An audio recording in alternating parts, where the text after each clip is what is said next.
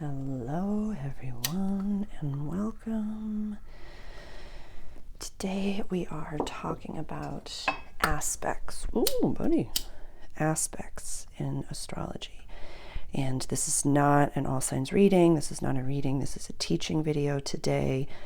I had one of my clients and subscribers ask on my live on Monday about, can you go over the aspects and the interpretation of the aspects and such? And it's something that I mention in the introduction to the energy, but I would love to go over it today in a little bit more detail. A few things to note. This is the foundation of my chart. I'm a Scorpio rising, so I'm going to be using examples from my own chart when needed. The only aspects that I'm going to be going over today are the conjunction, the sextile, the square, the trine, and the opposition. I want us to focus more on the aspects. Let me rephrase. When you're first starting out, this is literally infinite information, and it can be extremely overwhelming. And so what I find is that as I was studying astrology at the beginning, what was helpful for me is that I would study the aspects that were being made to my natal chart, as well as during the new moons and the full moon, the aspects that the planets were making to each other. You can utilize the information that I'm giving to talk about natal aspects. What does that mean, Sarah? So when I was born in my natal chart, I have my natal Venus in Aquarius here in the 4th house, my natal Mars over here in the 7th. They're squaring each other. That's a natal aspect. That's not something that will ever change. That's going to be with me forever. With the intention that I'm giving in this video to understand conjunctions, sextiles, squares, trines, and oppositions, you can use this information as you study your own chart. But I find when we're leaders around here, we have a growth mindset. I find that that's an interpretation to get to know yourself.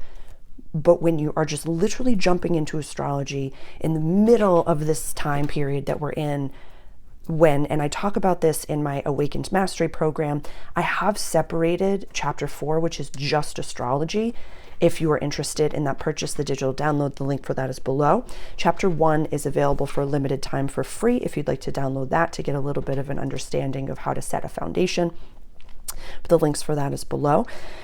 When it comes to, because you're here with me, you're a leader, you're in the midst of your own life, you have things to do, you're kind of studying this as maybe a compendium, maybe it might feel a little bit like a crash course, but we're not leaving our entire lives and going to study astrology from start to finish, top to bottom.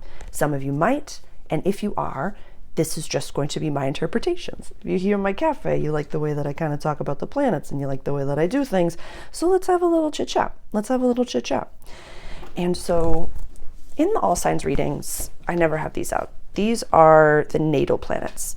So when you book a personalized reading with me, we break it up into kind of 2 to 3 parts where we talk about the natal planets. Sorry, I have hair everywhere.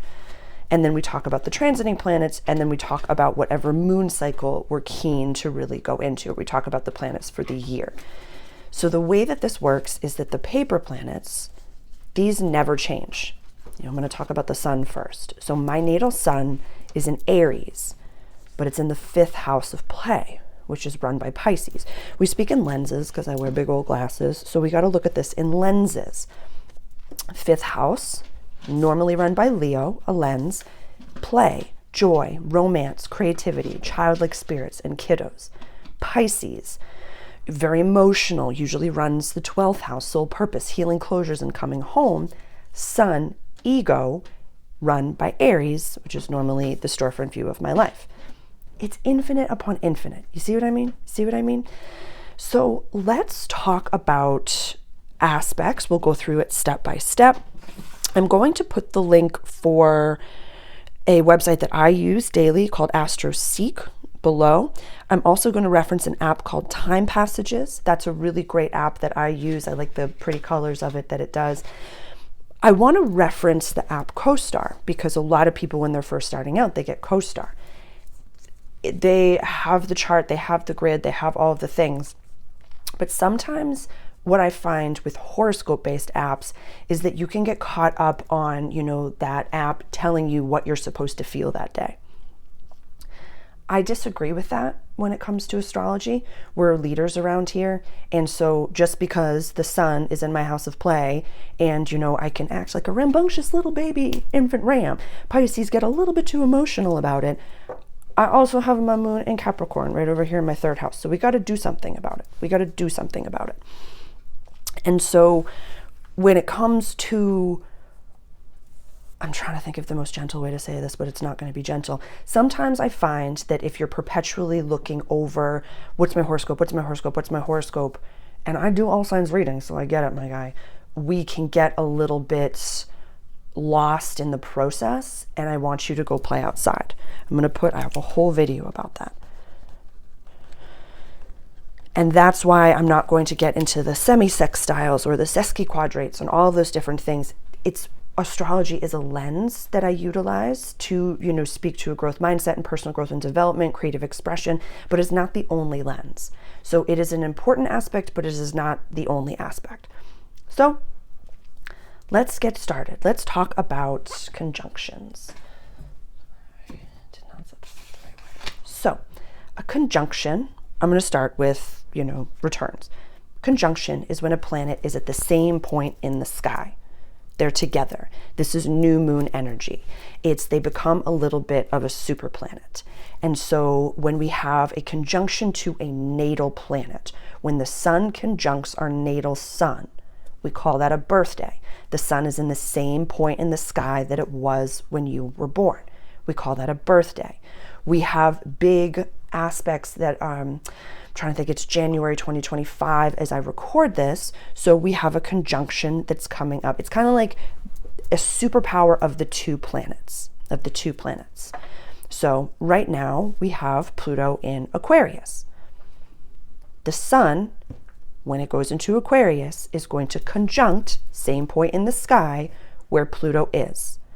That's going to make it a supercharged planet. It's going to make it not as irrational as full moons, which is oppositions, but you can't really see the forest past the trees type of a thing. Is that the right phrase?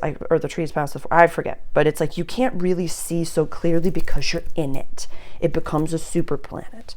So when you have I'm trying to record this once already, so I apologize. I want to make sure to make it as accessible as possible. So when you have a conjunction of a planet to a natal planet, it's going to highlight, because when we think about the sun, it's the lighthouse in the sky. Any planet, you think of their energy. Wherever Venus is transiting in your chart, we're going to have the energy of Venus conjuncting the natal planet that it is aspecting. When you think of the energy of Venus conjuncting Pluto, that happened a little bit ago, I think at the beginning of January when it went into Aquarius. Actually, when was that? I'm curious. I think it was actually the beginning of December.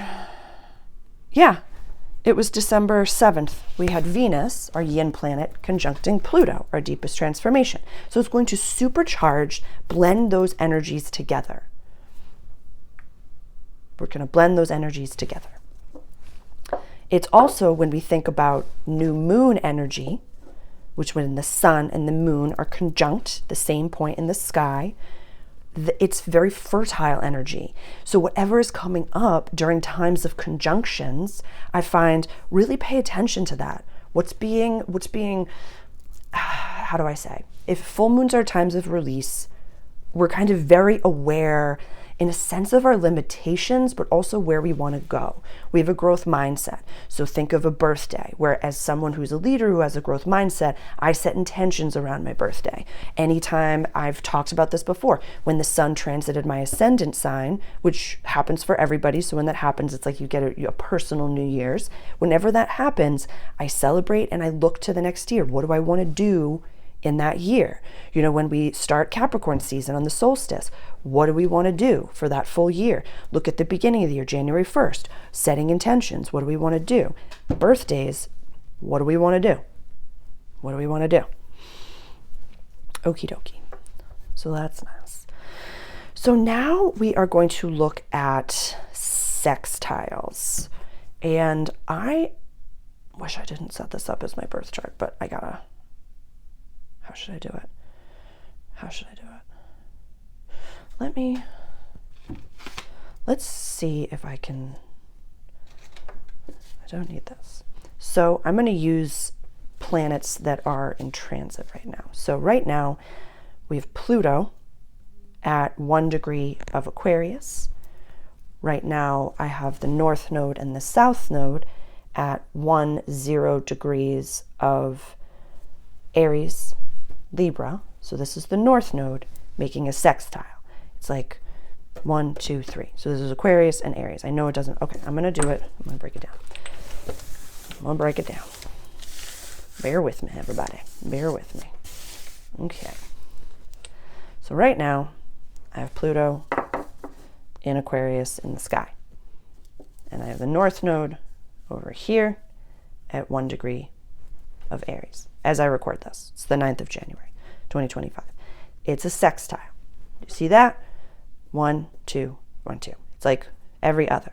So Aries is sextiling to Aquarius. Aries is sextiling to Gemini.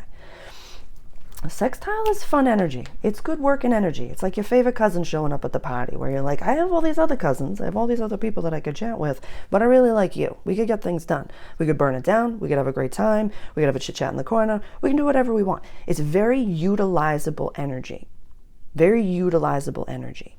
And what I find with sextiles, the analogy that I really loved is like, you don't always get along with your next door neighbor. You don't always see eye to eye because like whenever you drop something or you're, like doing the thing in the middle of the night, they can hear you. But the neighbor that's outside of that, you get along famously, absolutely famously. For myself as an Aries sun, every Pisces season, man, it is so much emotions. It is so intense and I just can't, it's just really get emotion. It's a lot. It's a lot. I'm not really fun around Pisces season. And then Taurus season is a really nice come down because after the celebration that is the entirety of Aries season, it's my birthday and just, I'm the main character of my life and the life of the planet. I need a fixed negative earth energy to really come down from that. But when we hit Gemini season or an Aquarius season, I'm like, this is a good time. I like a good air sign. I really do. So whether you have something, and, this is very important, sextiles I don't really follow on a daily basis, but when they're long range sextiles, I do. So my natal sun is at 2 degrees of Aries. Pluto's going to be sextiling my natal sun from now until 2027. So it's an important aspect to get to know. Pluto, our deepest transformation. Sun, ego. Aquarius, power to the people, community, friendships, wishes for the future. Aries, me, independence, the storefront view of my life. So that's an important aspect to understand and to really get to know. But sextiles, it's like one, not this one, yes, no, yes, no, yes, no, yes, no, yes, no, yes. You know what I mean? It's every other. And when we have, I'm just going to leave the gender wheel. Like I said, once it's Taurus season after my birthday, I'm coming down for a little while. But then once we get to Gemini season, I'm like, okay, you set some goals around your birthday. What are you doing about it? What's really happening, girl? How are things going for you? What's new in your world? How is this experience going? How can we really take bigger strides? It's like the party's over. Let's get something done. Let's make some bigger goals. Let's do something that's a little bit out there and a little bit more powerful than maybe we had originally done. It's kind of like shoot your shot type energy. Like, what's the worst that could happen?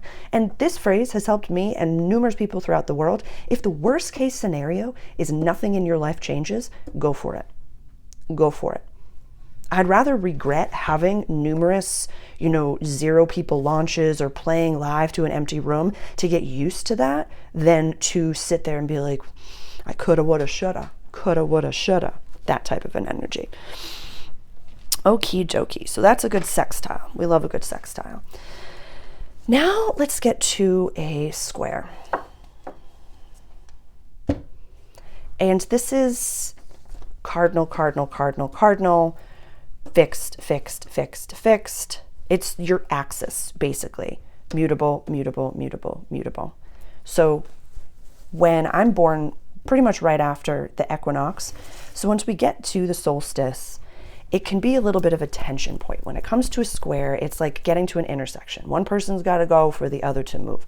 It can be a little bit frustrating. You can feel as though like, I'm never going to accomplish my goals. Everything's falling apart. I have no idea what's happening. But we have to remember that under pressure, diamonds are made. Yeah. Personal development, growth and development, being an entrepreneur, being a leader in your life, this ain't for the faint-hearted. You have to have a winner's mindset to be able to say, I don't care what the external environment is saying to me. I see in my mind's eye the image that God and I have created before I came into human form, and I'm going for it. I'm going for it. So sometimes squares can bring a little bit of a crisis point, but I don't want anything in my life that's not meant for me. I just don't. So if something is falling away from my life, I'm like, oh my gosh, thank you so much. Thank you, God. Thank you for showing this to me. Thank you for highlighting this for me. We have an active square that's going on right now, which I'll mention in the sky, which is Saturn in Pisces with Jupiter in Gemini. We'll have one more exactitude of it. But so we think of the energies, let's look at it as lenses. Saturn, our disciplinarian, the papa time, the grandpa, like, did you do all the things you were supposed to do? And Jupiter, expansive energy. This is, Saturn in Pisces. Mental health is no joke right now. I have many resources for you in the longer range transit playlist about Saturn in Pisces, about Jupiter in Gemini. This is expansive information, and Jupiter retrograde right now is getting us to really shave the fat on what it is that does not serve us. We talked about this in the All Signs reading recently for the full moon in Cancer, where, oh, Jesus God. Sorry, I'm getting cozy, and my kitten is just all over the place down there. She's a little raptor and I love her in every way. And so we've been talking about how we're unsubscribing from people, astrologers, content creators, that we've just taken all that we can from them. It's like you don't stay in third grade forever. You eventually graduate. So we express gratitude, not that we don't resonate with them, but that we can't be repeating the same information over and over. That content creator will find their new audience, and that's a beautiful thing. And we will find our next teacher. So with this square that's going on, the old versus the new, this is, mental health, this is doing something about it. So you might be seeing a lot of people. And also, I really loved the fact that when I was researching Saturn going into Pisces, AA was built during a Saturn and Pisces transit. So many people, a lot of Cancerians commented on my last video. I'm actually going to put the link for that full moon video below. I think it could be helpful. Regardless of when you're watching this could be a year from as I'm recording this, but I would love for you to go back and be like, oh yeah, that was actually happening for me. But the amount of Cancerian placements, sun, moon, and rising, that have gone sober, are going sober, are sober curious, whatever it may be, I'm really applauding all of you, because that is a big deal. This Saturn in Pisces, I mean, we have Neptune, and I'm not even going to get into it, but it's infinite upon infinite. But this square is saying, okay, this is happening. What are you doing about it? What are you doing about it? Am I going to sit here and get upset? This is crass. Are you the type of person that's like, oh my God, I just pooped my pants and I can't believe it smells and it's so gross? Or you're like, I'm actually just going to clean this up. I'm just going to clean this up and I'm going to move on with my life because I'm an adult. I'm going to take care of myself. I'm going to wash my face. I'm going to, maybe throw these pants away, but I'm going to continue to do things. So when it comes to squares, you can choose. You can choose. It's like when you're at that intersection, you could literally just sit there with that other person and just be there forever. Or you can just move and be like, okay, you go first. You're not going first in my life, but you can go first at this intersection and I can let that be and I can move along with my life. Okay. So I'll go back to, I'm just going to use the general wheel because I think it's a little bit easier. So Aries sun. Once we get to, let's talk about trines now. This is fire sign to fire sign to fire sign, earth sign to earth sign to earth sign, air sign to air sign to air sign, water sign to water sign to water sign. So once we get to Leo season, I'm feeling good.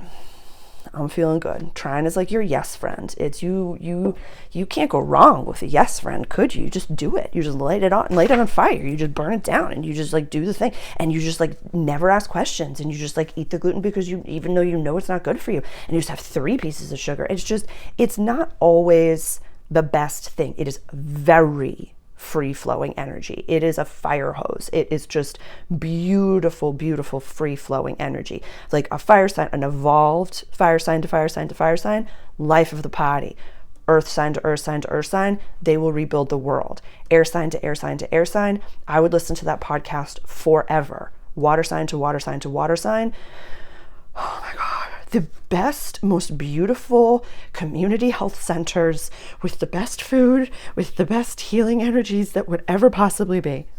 Oh my God, if a Grand Trine water sign person or a triple water sign person opened a community center, I would be there every Sunday doing yoga. Oh my God.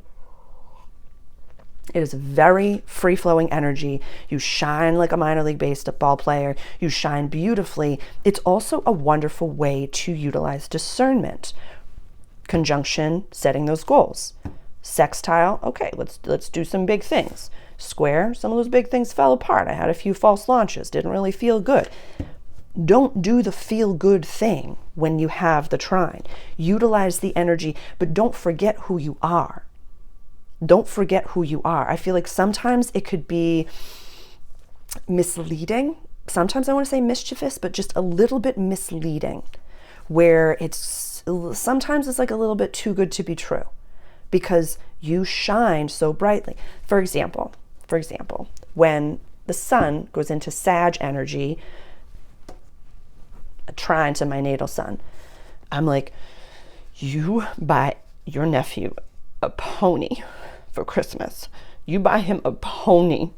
Does he like ponies? I don't care. He deserves a pony and a farm, and he needs everything in this world. I don't care if it's on sale. I don't care if I have to sell my car for it. I'm going to buy that pony for my nephew. It's not always the smartest decisions when it comes to trines, but it is very free-flowing good energy. So I would recommend utilizing discernment because we're more than halfway to the opposition. Sextile, get something done, get your hands dirty. Square, take your licks and deal with it and keep going. Trine, definitely, we celebrate at the full moon. So we celebrate during the oppositions, but I'd say here, don't, stay the course. Stay the course. I have to say it in Boston because it doesn't make sense if I don't. Stay the course and don't get misled, but use the good energy. Like this is a good launch, you know what I mean? Where because you're shining like a minor league baseball player, you're shining very nicely, shine to shine, use that energy. Use that energy. Just looking at the full moon, if we had a trine going on at the full moon. Yes, okay, I can talk about this. This is a good one. This is a good one. So for the full moon that we just had, I'm saying we didn't have it yet. That's very interesting. But you could be watching this later in the future. So the full moon that's coming up on the 13th, 14th, depending on your area of the world, depending on when you're watching this, 23 Cap, and the moon is at 23 of Cancer. We have Uranus in Taurus at 23 degrees. So let's look at it as lenses. What have we learned? Sun in Capricorn energy, legacy, public image, and career. Full moon energy, home, my pocket of where safety is the key, is getting highlighted over here. So our ego is thinking of that solid foundation where we're emotional basket cases over here. The video is literally called When is Enough Enough? And we're trining over here to Uranus, our galactic awakening planet in money, values, and access to resources over here. This is retrograde. So this says to me, look at this sextile. You can let go of full moon, release maybe more rigid Taurus ideas instead of burning things to the ground. You don't have to burn it to the ground. The world is literally on fire as I'm recording this. So maybe don't. Maybe just let go of belief systems and say, I really am going to focus on my mindset. I'm going to focus on the access to resources that I do have control over. I'm going to look at where are my hands? Where are my feet? If it's not in the room, we talked about it in the dream video that I just put out. I'm going to put that over there as well. Oh, pardon me. that was the notes for that, where if it's not in the room, and it was an unexpected channeling of the Octurians, so if that's your language, it's definitely for you. But if it's not in the room, don't focus on it. Focus on what you can do. Utilize this energy. This is very free-flowing energy, and you might see these things happening in the outside. Choose just to do your woo-woo. Just choose to do your spiritual practice and pray for those that are struggling and suffering. Instead of sitting there and complaining and being like, oh my God, everything, I'm just going to lower my vibration and talking about it. Sit in meditation and start a meditation group at home, maybe on, Zoom or on live or YouTube, whatever that may be, whatever your platform is. Utilize this energy, bring people together in community. Pluto over here in Aquarius, instead of saying bad guys are bad guys. Bad guys are bad guys, dude. They're going to be bad guys. Bad guys are going to be bad guys. I have a whole video on reverence for the villain. I'll put the link for that below. Yeah, beautiful. Okay, so that's a trine. That's a trine. Now, the opposition. This is full moon energy. This is celebratory energy. This is poop or get off the pot energy. When it comes to the sun in opposition to your natal sun, let's look at this first. This is your half birthday. This says to me, okay, you planted some seeds, did good work about them, you took some licks, you had huge hard launches, however they went is how they went. This is the time to just make some actual real decisions. To say, I'm halfway there. What is not slapping, regardless of how many times I run into it? You have to make some decisions to celebrate how far you came, but really just put it down. This is shave the fat energy. This is, okay, I've tried. It didn't work. Look at this celebration, this ending of a cycle, and say, okay, what is working? It's kind of like as content creators and as entrepreneurs, post once a day. Just keep posting once a day and keep posting once a day and reusing the content and reposting once a day. And then look at the analytics and say, okay, this style of video really works. People really like this. I'm going to quadruple down on that and do a ton more of that. The oppositions in the sky, that's full moon energy. We are cuckoo pants. We all become the werewolf on full moons. We do not make rational decisions.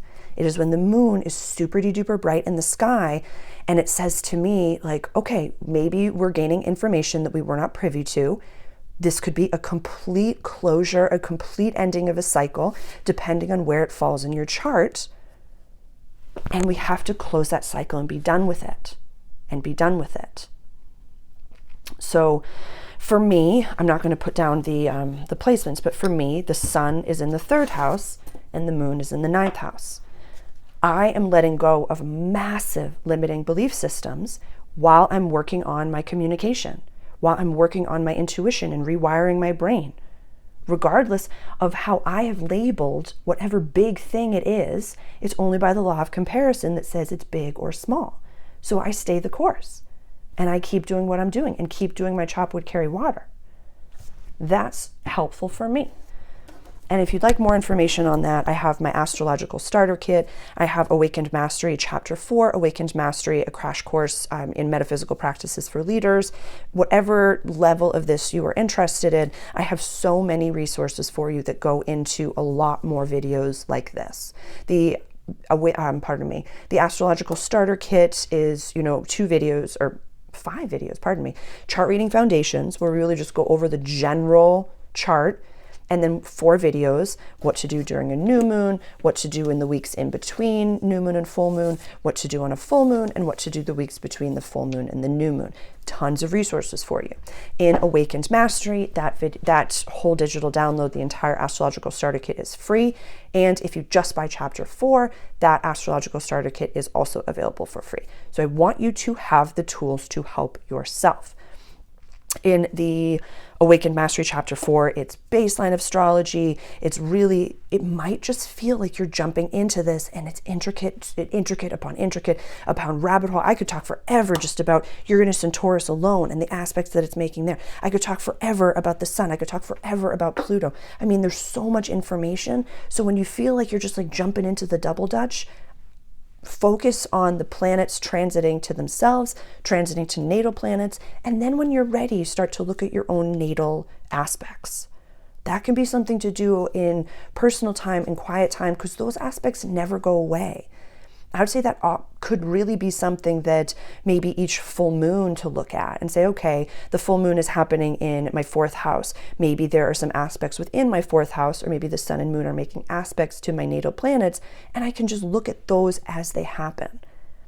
What I love about astrology, and there's a video why astrology is such a helpful tool, it's in the toolbox, it's for free, it's a very short video, is because you have 12 areas of your life.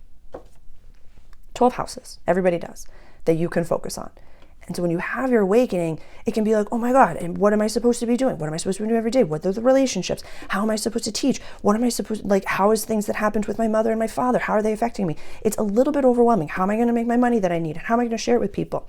What I love about astrology is that every month you have minimum 1 new moon in a house, and then a full moon in another house.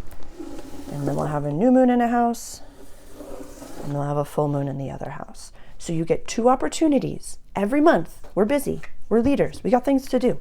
2 opportunities every month to focus on what it is that I do want, and then release, find closure, or maybe you will be shown something that you were not privy to, so that the next time around you can be a little bit more cognizant and become a little bit more aligned to your highest trajectory.